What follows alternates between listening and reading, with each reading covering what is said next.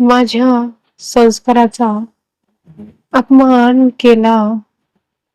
एका स्त्रीवर हात उचलून प्रतापराव म्हणाले, "अनिता, तुला माहित आहे ना, त्याचा स्वभाव कसा आहे? आपल्या फॅमिलीवर त्याचा खूप जीव आहे. तो मुलींचा किती तिरस्कार करतो. भूतकाळाच्या जखमा खूप खोल आहेत. त्यांना भरायला वेळ लागेल." राहिला गौरीचा प्रश्न, तर ती खूप स्ट्रॉंग आहे. तिच्यामुळेच शिवमध्ये बदल होत आहेत. तिच्यासाठीच तर तो हॉस्पिटलमध्ये जात आहे. वेळ लागेल, पण मला विश्वास आहे. शिव पूर्वीसारखाच हसता खेळता शिव होईल. अनिता त्यांच्या खांद्यावर डोके ठेवून रडू लागल्या. शिव ऑफिसमध्ये आला. त्याने फोन करून समरला आपल्या कॅबिनमध्ये बोलावले. तो म्हणाला, "मी उद्यापासून दुपारी 2 वाजता ऑफिसमध्ये येईन. त्यामुळे सगळ्या मीटिंग्स 2च्या नंतर ठेव. आणि हॉस्पिटलमध्ये नवीन ओनर येणार आहे. तात्या रिटायर्ड झाले. त्यांच्या जागी उद्या सकाळी नवीन ओनर येणार आहे, असं डॉक्टर जोशी यांना इन्फॉर्मेशन दे. शिव, तू ओनर म्हणून जाणार आहेस का?" "हो." "पण का? तू ऑलरेडी 2 ऑफिस सांभाळतोस ना. अजून एक नवीन ताण कशाला घ्यायलास?" "कारण मला तिथे जायचे आहे." "आता तू एकही प्रश्न विचारू नकोस. तुला जे काम दिले ते कर. डॉक्टर जोशी यांना बोल, कोणालाही सांगू नका म्हणावं, नवीन ओनर कोण आहे." आता समरच्या सगळं लक्षात आले. तो गालात हसला आणि उठून बाहेर निघून गेला. इकडे शिव आपल्या मनात म्हणाला, "गौरी, आता तुझी सुटका नाही. 24 तास मी तुझ्या जवळ असेल." हॉस्पिटलमध्येही गौरी आणि सीमा आपले काम अगदी मन लावून करत होत्या. पण सिनियर डॉक्टर सपना, ती एका ट्रस्टीची मुलगी होती. हॉस्पिटलमध्ये सगळ्यात सुंदर तीच होती. तिला आपल्या सुंदरतेवर खूप घमंड होता आणि ती सगळ्यांना दाखवत होती की मी पटवर्धन फॅमिलीच्या खूप जवळ आहे. शिवसोबत कॉलेजमध्ये होती. ती स्वतःला त्याची बेस्ट फ्रेंड मानत होती. काही कारणानिमित्त हॉस्पिटलमधल्या कोणालाही शिवच्या रिसेप्शन पार्टीमध्ये बोलावले नव्हते. त्यामुळे गौरी शिवची बायको आहे तिला माहित नव्हते. जेव्हापासून गौरी आली ती गौरीवर फार जळायची. कारण गौरी तिच्यापेक्षा सुंदर आणि स्वभावाने चांगली होती. हॉस्पिटलमधल्या लहान मोठ्या प्रत्येक कर्मचाऱ्यांना गौरी अगदी आदराने बोलायची. काही दिवसात ती सगळ्यांची फेवरेट झाली. प्रत्येकजण गौरी मॅडम म्हणत होते. त्यामुळे सगळ्यांना गौरीचा फार राग येऊ लागला. ती कोणत्या ना कोणत्या गोष्टीवरून गौरीला सारखं ओरडायची. सिनियर डॉक्टर आहे म्हणून आणि सध्या आपण येथे नवीन आहोत त्यामुळे गौरी शांत राहायची. संध्याकाळी गौरी आणि सीमा घरी आल्या. घरातील सगळेजण कार्यक्रमाला बाहेर गेले होते. घरी पिहू एकटी होती. पिहूने त्या दोघींना मूवी बघायला आपल्या रूम मध्ये बोलावले होते. गौरी, पिहू आणि सीमा एक हॉरर मूवी बघत बसले होते. त्यांच्या हसण्याचा ओरडण्याचा आवाज खाली लिव्हिंग रूम पर्यंत येत होता.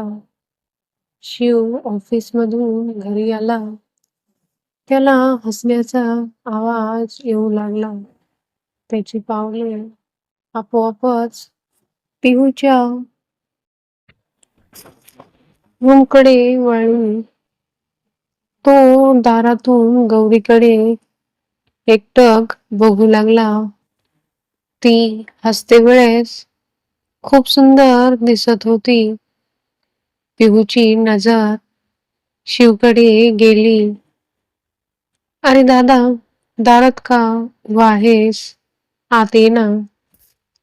गौरी आणि सीमा शिवला बघून उठून उभा राहिल्या.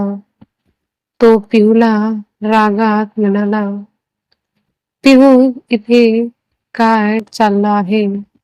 एवढे जोरात ओरडायचं असते का? बाकी सगळ्यांना डिस्टर्ब होते ना. तर गौरीकडे बघून म्हणाला, आणि तू या घरची सून आहेस ना, आणि डॉक्टर पण आहेस. तुला एवढे तर कळायला हवे की घरामध्ये एक पेशंट आहे. त्यांना या आवाजामुळे त्रास होईल. घरातले काम सोडून इथे मूवी बघत बसलीस आणि ही मुलगी पण तुझ्यासारखीच आहे. मॅनर्स नाहीयेत का तुमच्यामध्ये? Mind your language mister Patwardhan. तुमचे मॅनर्स कुठे गेलेत? सीमा इथे गेस्ट आहे. तिच्यासोबत अशा प्रकारे बोलण्याची हिंमत कशी झाली तुमची? चल सीमा म्हणत गौरीने सीमाचा हात पकडला आणि तिला घेऊन गेली. पिहू शिवजवळ आली. दादा, तू असे का केलास? त्या दोघी अभ्यास करत बसल्या होत्या. सगळेजण कार्यक्रमाला बाहेर गेले. घरी कोणीच नाही. मला बोर होऊ लागले म्हणून मी त्या दोघींना माझ्यासोबत मूवी बघायला बोलावले. म्हणून त्या इथे आल्या होत्या. का दादा, तू प्रत्येक वेळेस वहिनीला त्रास देतोस? असे म्हणत पिहू रागामध्ये निघून गेली. शिवला आता स्वतःवरच राग येऊ लागला. का प्रत्येक वेळेस मी तिला दुखावतो? असे म्हणत त्याने आपले हात भिंतीवर आपटला. त्यातून रक्त यायला लागले. सीमा आपल्या रूम मध्ये आली. तिच्या मागे गौरी पण होती. सीमा आपली बॅग धरू लागली. गौरी म्हणाली, सीमा, तू काय करत आहेस? गौरी, मी आता थांबू शकणार नाही. तू म्हणाली होतीस म्हणून मी इथे आले. मी कधीही आले नसते, पण आता मी एक मिनिटही थांबणार नाही. गौरी डोळ्यात पाणी आणून म्हणाली, माझ्यासाठी पण नाही. मी माफी मागते तुझी, माझ्यामुळे तुला ऐकून घ्यावे लागले.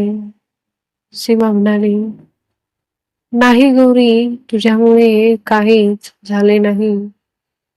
पण तू रडू नकोस. गौरीने तिला मिठी मारली आणि म्हणाली, सीमा, आजच्या दिवस माझ्यासोबत थांब. उद्या तू हॉस्पिटलमधून डायरेक्ट हॉस्टेलला जा. सीमा ठीक आहे म्हणाली. गौरी लग्नाला 1 महिना पूर्ण झाला आहे. तरी या माणसाचं वागणं अजूनही तसंच आहे, जसं लग्नाच्या आधी होतं.